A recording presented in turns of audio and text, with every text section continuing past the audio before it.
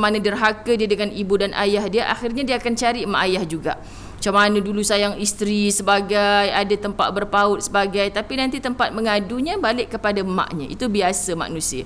Apa yang kita nak kongsikan ni adalah kisah benar berlaku. Hari ni dia berlaku kepada orang A, besok mungkin berlaku kepada orang B.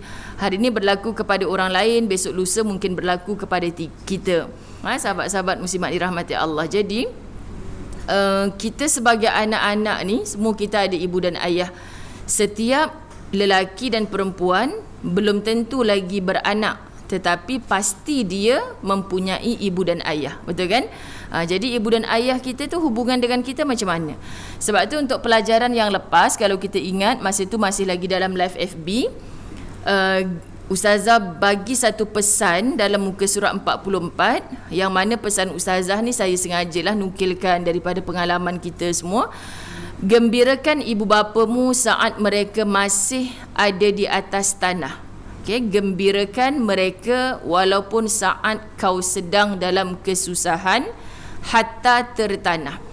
Tertanah ni saya rasa deep sangat bahasanya Buya Hamka dalam tafsir Al-Azhar. Okay? Tertanah ni sampai kita dah tak ada apa-apa lah.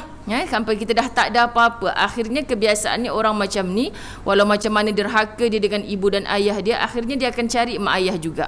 Macam mana dulu sayang isteri sebagai, ada tempat berpaut sebagai, tapi nanti tempat mengadunya balik kepada maknya. Itu biasa manusia.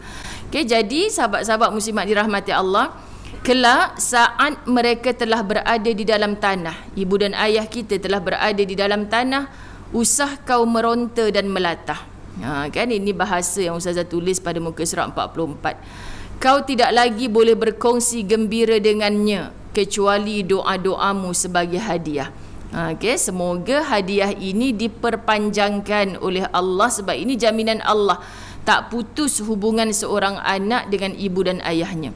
Okay, jadi hari ini sama-sama kita tepuk dada, tanya iman, bagaimana kita merasakan jambatan, yakni hubungan kita dengan ibu dan ayah untuk menjadi hamba Allah yang beriman.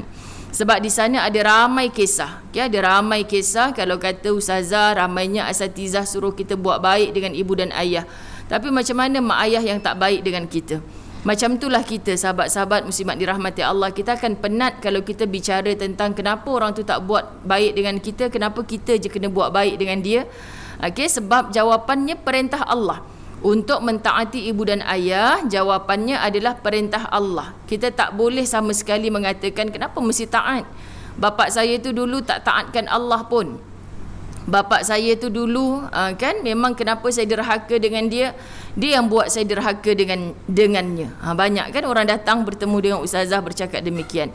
Jawapannya kerana itu perintah Allah. Jadi bila sampai ke satu tahap, apa pun yang kita sebagai anak lalui, sahabat-sahabat muslimat dirahmati Allah, kita melihat biasanya usia macam Ustazah lah, awal 40-an, hujung 30-an, dia dah mula dah tengok emaknya semakin uzur, ayahnya semakin uzur, dah mula dah menyusun jadual untuk perubatan ibu dan ayah, membawa ibu dan ayah ke hospital. Anak kadang-kadang 5 orang, 7 orang, 10 orang hatta tak boleh buat jadual untuk rawatan ibu dan ayah. Tak boleh menghantar ke hospital. Okay? Anak jenis macam mana kita ini, sedangkan dulu sakit pening kita, apa pun kesusahan kita, semuanya kita bersandar kepada ibu dan ayah kita. Okay? Sahabat-sahabat muslimat dirahmati Allah, maka saya terkenanglah tajuk ini ketika saya menuliskan kembali. Ketika saya hampir menamatkan penulisan buku ini, saya diuji dengan Allah. Acap kali saya terkenang-kenang kalimah yang sering saya ulang sebutkan, berdamai dengan takdir. Selalu saya sebut kalimah ni, berdamai dengan takdir. Kita sebut pun rasa macam lapang dada.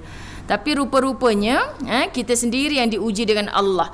Mendepani ibu yang tiba-tiba kena angin ahmar. Ketika itu lumpuh separuh badan bahagian kanan.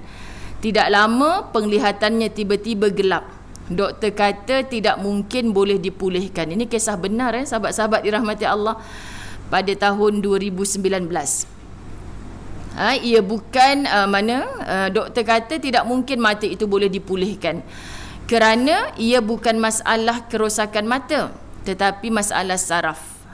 Doktor bagi tahu otak mak ketika itu tidak boleh mentafsirkan objek yang mak lihat. Mata nampak macam cerah elok, tapi rupa-rupanya mata mak tak boleh tafsir apa benda. Pada dia nampak gelap semua.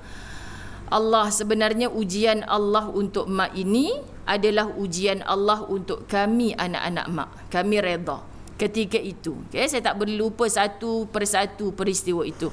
Kemudian sahabat-sahabat menghadap mak yang seperti ini dari hari ke hari, menambah-nambahkan insaf di hati.